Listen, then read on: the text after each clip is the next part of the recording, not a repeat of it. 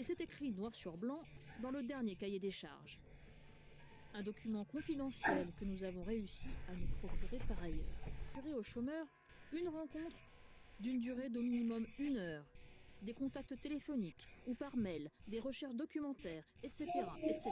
Emploi, mais pour moins cher. Allez les amis, salut à tous, c'est Ami Négociateur. J'aborde l'actualité et la politique sans langue de bois. Alors aujourd'hui, la suite de la vidéo de la semaine dernière sur France Travail, Pôle emploi, avec décidément les radiations en masse qui ne cessent pas, qui ne s'arrêtent pas, au contraire, qui s'intensifient. Et bien que une vidéo en caméra cachée d'un des responsables régionaux de Pôle emploi qui avoue en vérité que Pôle emploi ne fait pas son travail, tout simplement. Ils sont censés faire des rencontres tous les 5 jours avec des demandeurs d'emploi. Les rencontres n'existent jamais. Ils sont censés aider les demandeurs d'emploi à faire des recherches. Les recherches ne se font jamais. Et c'est peut-être, je dis bien peut-être, l'explication des fameux rendez-vous fantômes, tu sais, qui sont imposés aux demandeurs d'emploi, puis qui sont annulés 1 heure avant et recalés dans l'après-midi, puis re-annulés une demi-heure avant. Tout est fait manifestement pour que les demandeurs d'emploi soient perdus, soient complètement paniqués, résignés, et finissent par tout simplement renoncer, soit à joindre leur conseiller ou conseillère Pôle emploi pour demander des explications sur le rendez-vous fantôme non honoré par le conseiller, soit tout simplement à se laisser radier de force ou de gré parce que la lassitude, le ras-le-bol, le dégoût tout simplement. Regardez plutôt, c'est intéressant. Avant de démarrer, je vous laisse mettre un petit pouce en l'air, quand même un petit commentaire pour le référencement de cette vidéo. Abonnez-vous, réabonnez-vous si ce n'est déjà fait. Je vous indique qu'en fin de vidéo, il y aura des révélations également plus importantes, donc restez jusqu'à la fin. Merci.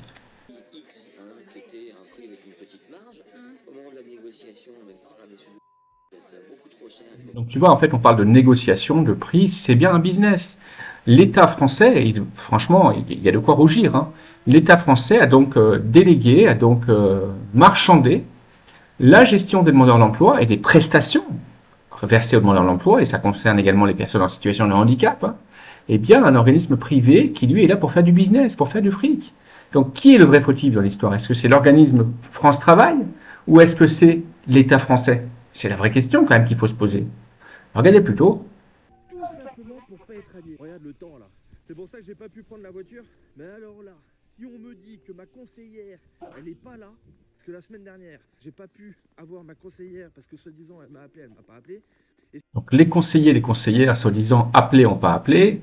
La vérité, c'est qu'on est en train de se moquer des demandeurs d'emploi et de se moquer du monde. Et France Travail, pardon, mais j'ai l'impression quand même que manifestement, dans certaines régions ou certains départements, il y a des méthodes qui ne sont pas dignes de la morale. On ne fait pas venir des gens pour rien alors qu'on n'est pas là. On n'invente pas des faux rendez-vous qu'on annule une demi-heure avant et qu'on recale 2 heures plus tard pour annuler ensuite.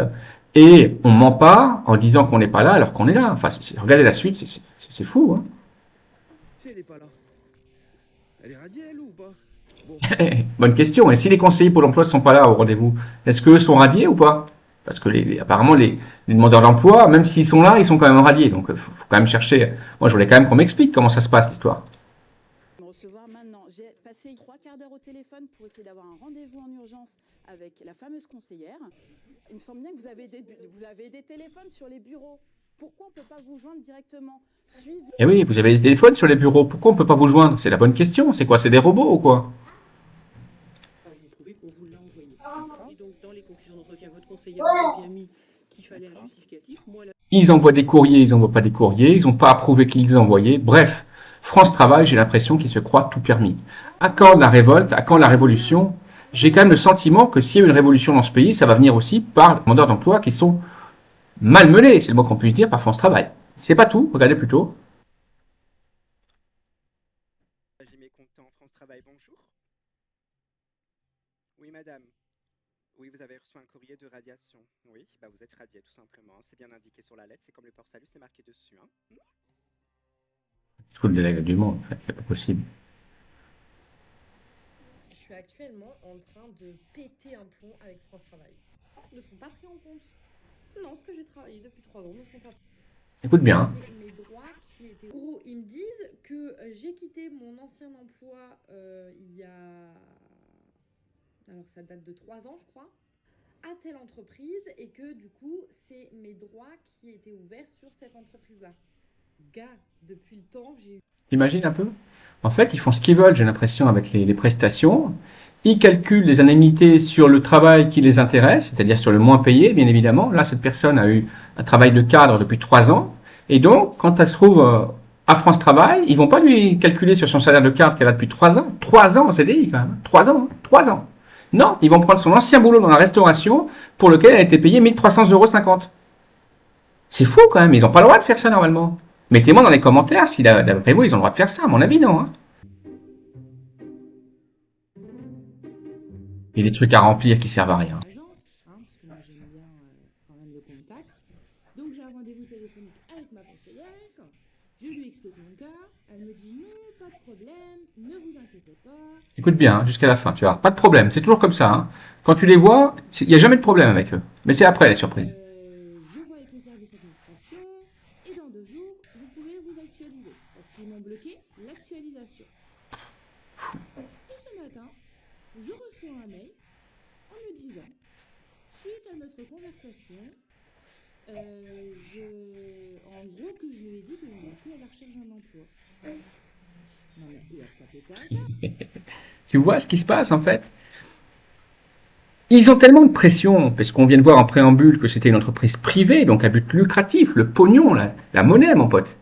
Ils ont tellement de pression, à mon avis, les conseillers et les chefs de secteur des conseillers, redescendre la pression aux conseillers, que en fait, ils sont, j'ai l'impression, hein, arrêtez-moi si je me trompe, dites-moi dans les commentaires, hein, que les conseillers Pôle emploi, France Travail, sont obligés, sont contraints de radier des gens à tour de bras pour faire leurs objectifs. J'ai l'impression qu'ils sont payés au nombre de personnes qui vont radier. Là, la personne va voir sa conseillère, tout se passe bien, 2 jours plus tard, elle reçoit un mail, vous êtes radié parce que vous n'êtes plus en recherche d'emploi. Alors qu'elle est à mi-temps, elle est à mi-temps, pardon, temps partiel, elle a le droit de cumuler une partie de son Pôle emploi, le temps de trouver un temps complet.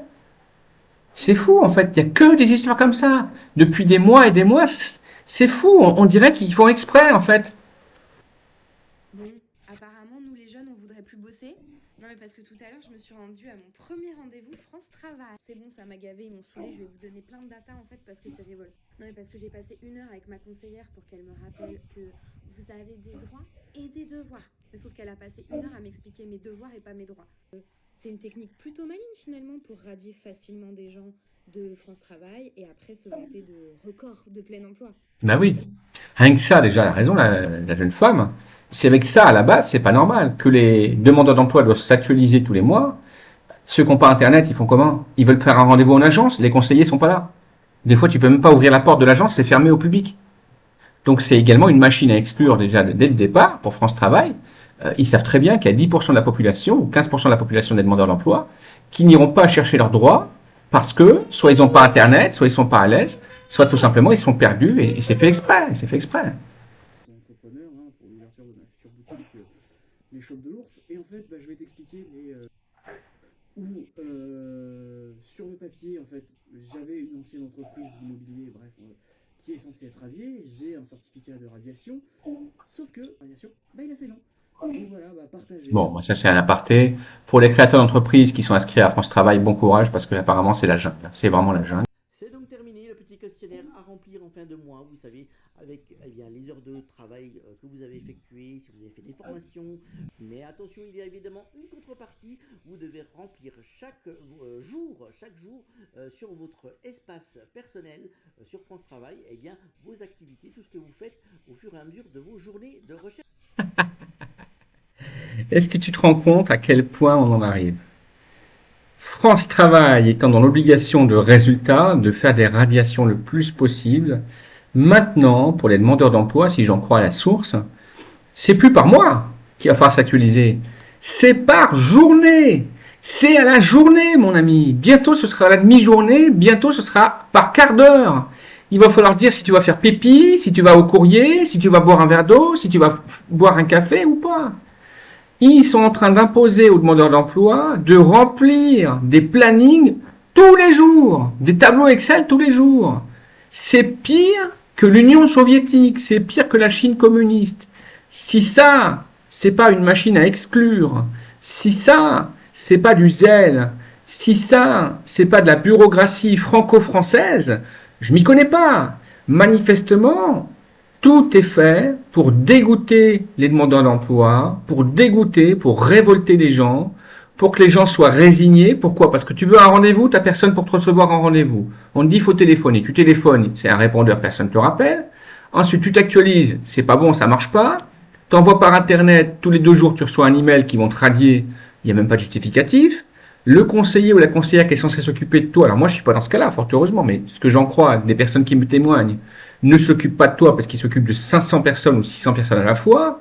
Il te force à faire un rendez-vous téléphonique. Toi, tu y es, lui, il n'y est pas. Il t'envoie un courrier plus tard. Il dit que tu es radié parce que tu n'étais pas présent au rendez-vous. Et ainsi de suite, et ainsi de suite. C'est bien simple. Ça ressemble de plus en plus à une machine à exclure, une machine à dégoûter, une machine à lasser les gens. Bien sûr qu'avec cette machine-là, l'État français et le gouvernement se vantent. Ils disent « Oui, c'est super, vous avez vu, le nombre de chômeurs, il baisse. » C'est pas le nombre de chômeurs qui baisse, mon ami. C'est le nombre de personnes qui réussissent encore à garder un contact avec France Travail. Parce qu'en vérité, moi je parie qu'au moins 50% des demandeurs d'emploi aujourd'hui, je dis bien 50%, ne font plus confiance à France Travail et n'y mettent même plus les pieds et ne s'actualisent plus. Et c'est la seule raison pour laquelle les chiffres officiels du soi-disant chômage ont baissé en France. Mais en vérité, ça a augmenté et ça a augmenté fortement. La vérité, qu'est-ce que c'est? C'est qu'en France, il n'y a plus de travail digne de ce nom. Soit c'est un travail d'esclave, payé à coups de lance-pierre, soit c'est le Pôle emploi. Mais comme le Pôle emploi te radie ou ne t'inscrit pas, eh bien, tu vas mourir sur le bord de la route. Voilà ce qu'est la France aujourd'hui, en 2026. Ah, beau résultat. Elle est belle, la France à Macron, elle est très belle.